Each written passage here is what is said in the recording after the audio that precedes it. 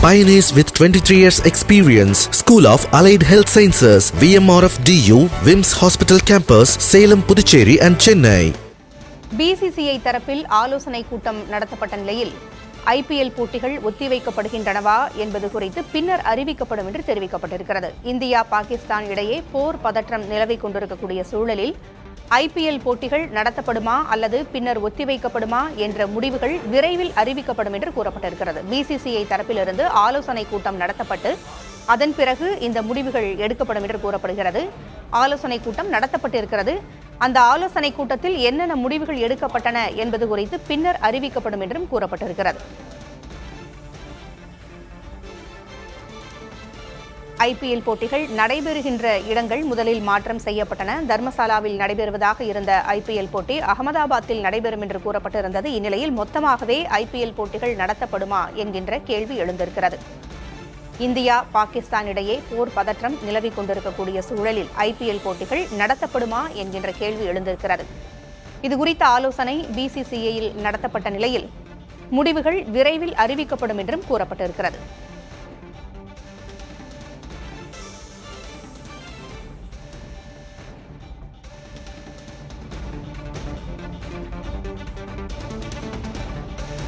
மத்திய பாதுகாப்புத்துறை அமைச்சர் ராஜ்நாத் சிங் முப்படை தளபதிகளோடு ஆலோசனை நடத்துகிறார்.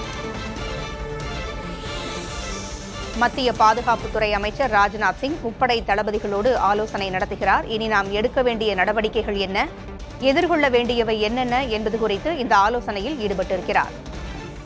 நள்ளிரவு முதல் இரண்டாவது நாளாக பாகிஸ்தான் ஏவுகணை மூலமாகவும் ட்ரோன் மூலமாகவும் தாக்குதல் நடத்தி வந்த சூழலில் முப்படை தளபதிகளோடு மத்திய பாதுகாப்புத்துறை அமைச்சர் ராஜ்நாத் சிங் ஆலோசனை நடத்துகிறார்.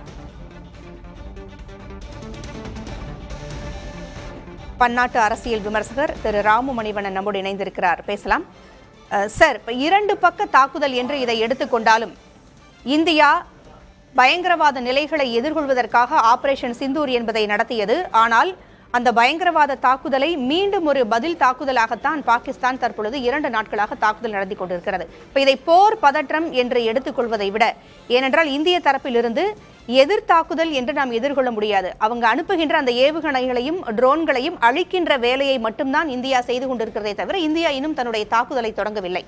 அப்படி எடுத்துக்கொள்ளலாமா?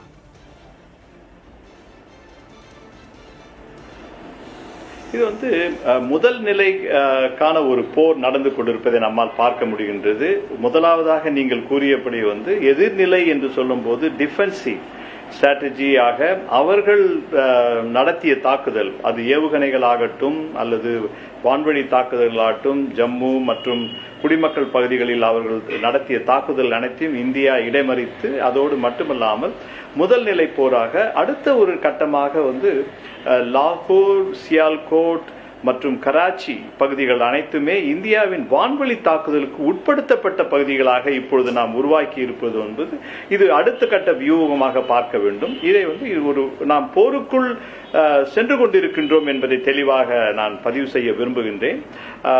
இதுக்கு எதிராக பாகிஸ்தான் நடத்திய தாக்குதலுக்கு எதிராக மட்டுமல்லாமல் இது பாகிஸ்தான் தன்னுடைய நிலைப்பாட்டை 2வது நாளாக ஒரு சுமூகமான அரசியல் தீர்வோ அல்லது பேச்சுவார்த்தையோ அல்லது உலக நாடுகளின் மூலமாக அவர்கள் என்ன சொல்ல விரும்புகின்றார்கள் என்பதை கூட கடந்து ஒரு இராணுவ ரீதியான ஒரு தீர்வு நோக்கி பாகிஸ்தான் நகர்வதை நம்மால் பார்க்க முடிகின்றது. அதனால் இது இந்தியாவுக்கு வேறு எந்த ஒரு வாய்ப்பும் இல்லாமல் நாமும் ஒரு கட்டாயமாக போருக்குள் செல்ல வேண்டிய ஒரு கட்டாயம் உருவாகி இருக்கின்றது. தொடர்ந்து பேசலாம் சார். கோல்டன் சிங் இணைந்திருக்கிறார். கோல்டன் சிங், பஞ்சாப் எல்லை ஓரமாக என்னென்ன பாதுகாப்பு ஏற்பாடுகள் செய்யப்பட்டிருக்கின்றன, தற்பொழுது என்ன நிலவரம் அங்கே இருக்கிறது? வணக்கம். பாதுகாப்பு ஏற்பாடுகள்னா ஆர்மி நம்ம கிட்ட அதிகமா இருக்குது, எல்லா இதுவும் இருக்குது. இருந்தாலும் பதட்டம் என்னன்னா இந்த சூழ்நிலையில டிஜிட்டல் வார், இது நம்ம எங்க தாக்குவாங்க, எங்க எதிர் போர்ல இராணுவம் இருக்குதுன்னாலும் அவங்களுக்கு இடையில போர் நடக்கிறது இல்லை. இது டிஜிட்டல் வார். எந்த சிட்டியில எந்த இடத்துல எங்க எப்ப போடுவான் குண்டு அப்படிங்கிறது தெரியாது. அதனால பதட்டம் அதிகமாக தான் இருக்குது. ஏற்பாடுகளும் எல்லாமே நல்லபடியாக தான் இருக்குது. நேற்று தாக்குதல் நடந்ததில் குண்டுகளை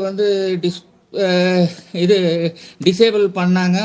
எல்லாமே நம்மக்கிட்ட இருக்குது. இருந்தாலும் சைனா வந்து அவங்களுக்கு சப்போர்ட் பண்ணுற மாதிரி இருக்கிறங்காட்டி சைனா கிட்ட வந்து அதிகப்படியான டிஜிட்டல் எக்யூப்மெண்ட்ஸு ஆர்ம்ஸ் இருக்கிறங்காட்டி அதில் வந்து நமக்கு நஷ்டமாகுமோ, எந்த இடத்துல தாக்குவான் அப்படிங்கிறது தெரியாதங்காட்டி பிளாக் அவுட் பண்ணி 7 மணிக்கு மேலே லைட்டு கொடுக்கறதில்ல. லைட்டு சுத்தமாக ஆஃப். ஸ்ட்ரீட் லைட்லேருந்து எதுவுமே எரியக்கூடாது. வீட்டுக்குள்ளே உட்காந்து வீட்டுக்குள்ளே இருக்கிற ஒரு சின்ன லைட்டை மாத்திரம் போட்டு இருக்க வேண்டிய சூழ்நிலை.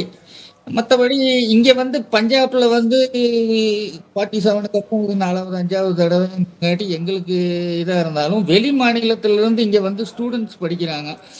இந்த மெடிக்கல் காலேஜில், இங்கே அக்ரி காலேஜில், இந்த மாதிரி வந்து தமிழ்நாடு மாணவர்கள் இருக்காங்க. காலையில் கூட நான் தமிழ்நாடு அரசுகிட்ட கேட்டுக்கிட்டேன், இந்த மாதிரி அவங்கள திரும்பி கூட்டிகிட்டு போகக்கூடிய ஏற்பாடுகள் நடத்த வேண்டும். ஏன்னா அம்ரித்சர் ஏர்போர்ட் வந்து 2 நாளாக வந்து இது பண்ணிட்டாங்க, சண்டிகரும். இப்போது அவங்க போகணும்னா டெல்லி வரைக்கும் பை ரோடு போய் தான் அவங்க வந்து அங்கேருந்து ஏதாவது இது பண்ண முடியும். ட்ரெயினுங்கிறப்ப 2 நாள்.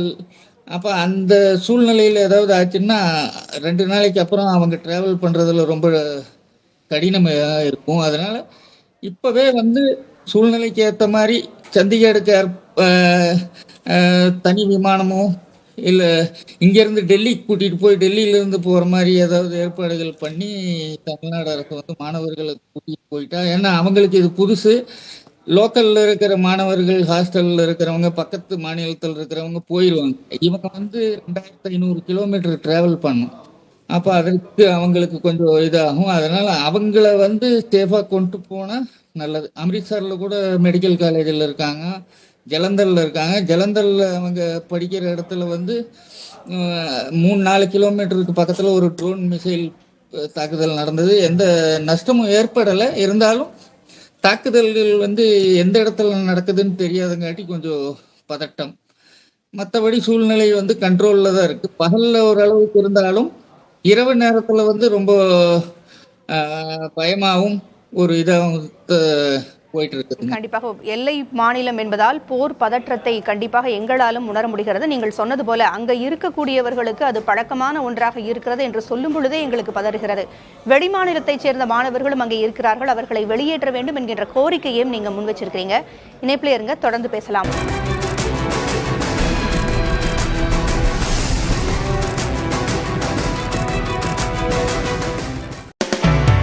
Pioneers with 23 years experience. School of Allied Health Sciences, VMRF DU, Vims Hospital Campus, Salem, Puducherry and Chennai.